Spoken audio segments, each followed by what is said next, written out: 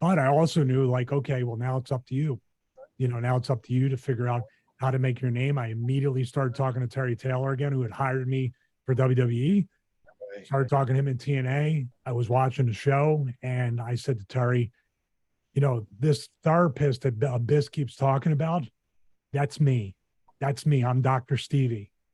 And he's like, I kind of like the sound of that. He goes, you don't want to come in as Stevie Richards? I go, I never want to be Stevie Richards again. That name is, I've done so many jobs and that has no credibility. I own the name. They let me own the name on my last contract. Mhm. But I'd rather be another character altogether. And Jeff Jarrett kind of liked that. Vince Russo liked that as well. And then February of like 2009, I was Dr. Stevie. How long were you in TNA for? Just under 2 years. And I believe once again, the Dr. Stevie thing, I love doing it because I could just be a character and I could say, and not have to act like I had a past or anything like that. It could be anything I wanted to be.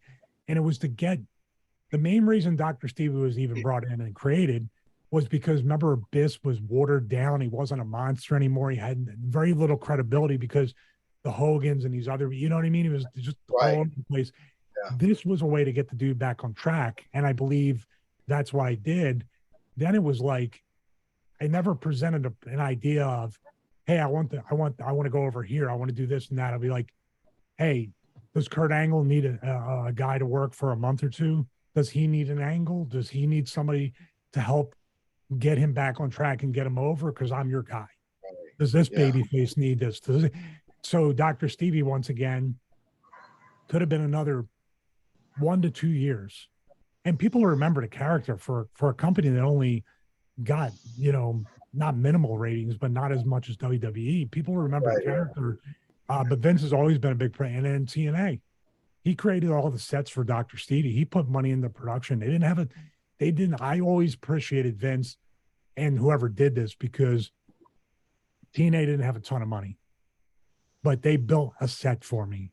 And it sounds a little markish to say, like, dude, these guys built an entire set for me, but that's a big deal. That's a lot of time. It never gets lost on me. I think talents usually think they just show up in these scenarios and this environment or that whatever just appears, but there's a lot of hard work that goes into that. So these guys put 7, 8, 10 hours into building a set and then shooting it and lighting it and doing all that. That's a big deal, man.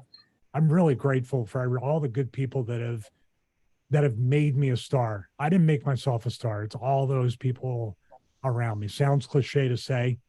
I can show up and wrestle and do all this stuff, but if there's not good lighting, not good camera work, not good production, not good audio, and not good writing, then I'm nobody. Wow. Very true. Why did you stop working for TNA? Money, really. I was there long enough. I was probably going to get released anyway. I think Eric Bischoff was part of the thing. And to his credit, yeah, they had to cut, so they weren't doing anything with me. I don't take that personally, but I came into TNA from WWE on a prove it deal. So basically, your standard $500 a performance, whatever it was, and I did the whole angle with Abyss. Got color, got taser. By the way, the fake taser hurts worse than the real taser. I got all burns from it. They laugh Really? about smoke. It had these little charges in it. It actually heated up the little pins and my yeah. So but it was worth it because it was the payoff of me doing all this stuff heat wise with him. And after that, I thought, okay, well, Vince told me, if you put your 6 months in, you get over, you work hard, you don't have an attitude, which is, me for long enough. That's pretty much all I do, is do all those things that are required. But after that, it just never happened. And then the EV2 thing happened. And then, having a couple conversations with Dixie Carter about it. Now, this is the interesting part. And this is where we make my friends that I podcast with still will hit me with it out of left field. So you're welcome to do this too. Thank you. I said to Dixie, because I tried to reason with her one last time. And I said, listen, I'm working hard to do whatever. And, I know the way the model works here. I go, I'm not asking for a ton of money. I'm asking for a living wage. I go, because do you know what I do when I leave here? And she goes, what? I go, I look for a job. She goes, you look for a part-time job out of wrestling? I go, no. This is the part-time job. This is the part-time job. I'm looking for to re-up my career outside in technology or fitness or whatever. I go, but if I'm on TV and it doesn't look bad to have to work at a regular job. It doesn't look. I'm trying to appeal to her like, Mario, doesn't it really make us look second rate? And she goes, Stevie, you have to understand, and this is the EV2 era or whatever. So maybe there's a reason why I was told this, because everybody else was kind of more advanced in years and obviously physically beat their bodies up to no end. She said, we have to understand the way I look at it, Stevie. She goes, you're old and broken down. And I laughed. I I looked around. I go, you talking to the other guys? No offense to them, but she goes, no, I can't see putting the money into that. And that was the beginning of the end. Do you think it was somebody told her that? Because how would she know that? Like Dixie Carter didn't know your ECW days, didn't know that. It doesn't matter. She's looking right at me. I don't think I've ever touched the physical fitness that I've touched in TNA, working out and they're trying to. I mean, it probably wasn't healthy from an adrenal point of view, carb depleting all the time and tons of cardio and yoga and really doing full workouts before I went out to wrestle because I just wanted to be as pumped as possible. But dude, it's fine. I mean, now she likes all my Stevie Richards fitness pictures, I guess, out of guilt or whatever. But Nova always say that to me, dude, you got to understand, you're old and broken down. It'll hit me out. I don't feel with that. She has every right to think that and say that. Now, after that, it was my choice.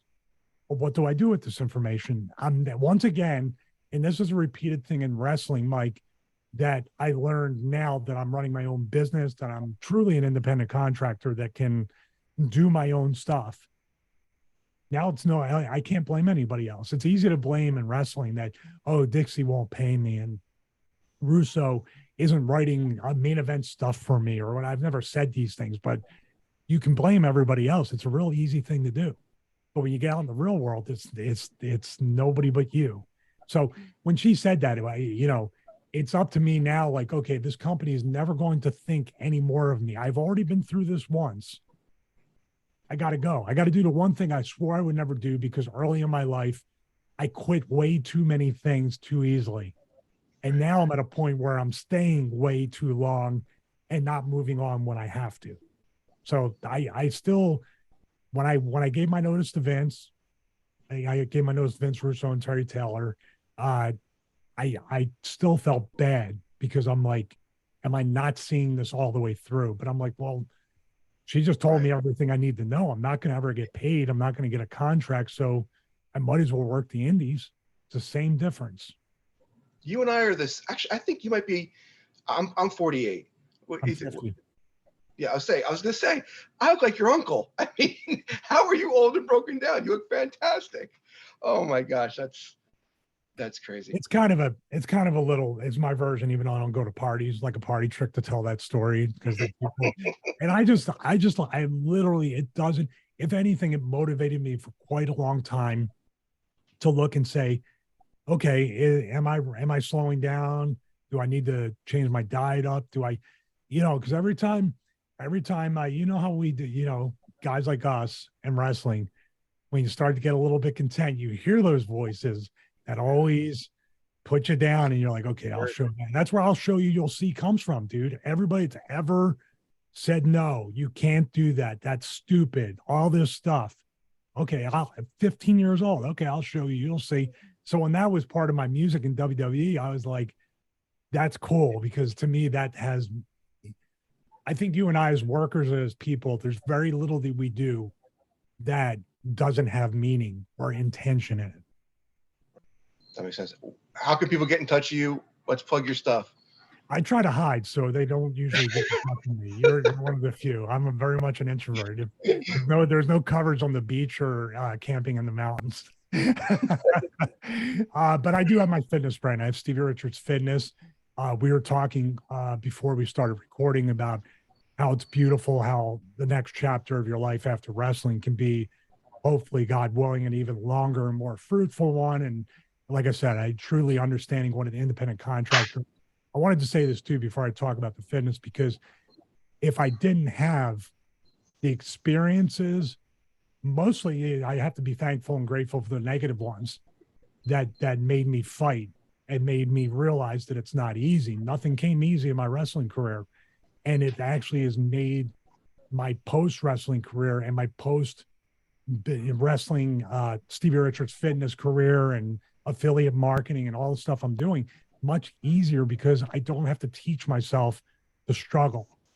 So it's really prepared me for anything I do after wrestling. So, I decided after I was done, I'm not really done, but when I knew it was winding down, what do I love as much as wrestling, or what have I loved that will never get old? Well, you and I like to work out, right? We're going to stay in shape as long as we can. Uh, and like I said, I'm an introvert, so it's always going to be a home gym, garage gym.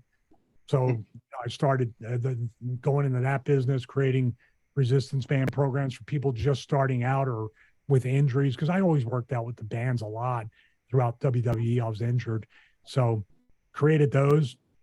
Also have a background as a technology geek, so video editing, creating websites, creating these programs. It's all these skills that I've accumulated are now baked into the business. So, for people that want the programs, you can go to StevieRichardsFitness.com, check out the programs, but also we have the recommended brands, which are most of my review videos on YouTube, where we do not only the initial review, but updated reviews, even ones that are like 2 years old on a spin bike that I've been trying to destroy for 2 years. So those kinds of things are up there. And it's cool to be able to reinvent myself without reinventing myself. I can still be Stevie Richards, and I still can kind of embrace my past as a professional wrestler, but now people know me more as the fitness guy. But Right. that used to wrestle. And then, being 48 years old, like if you're 48 and you wrestled for many years and you're still upright and you're taking care of yourself and you're healthy, dude, that's a novelty. That's a huge selling point to a lot of people out there. Right. StevieRichardsFitness.com. Yes, correct.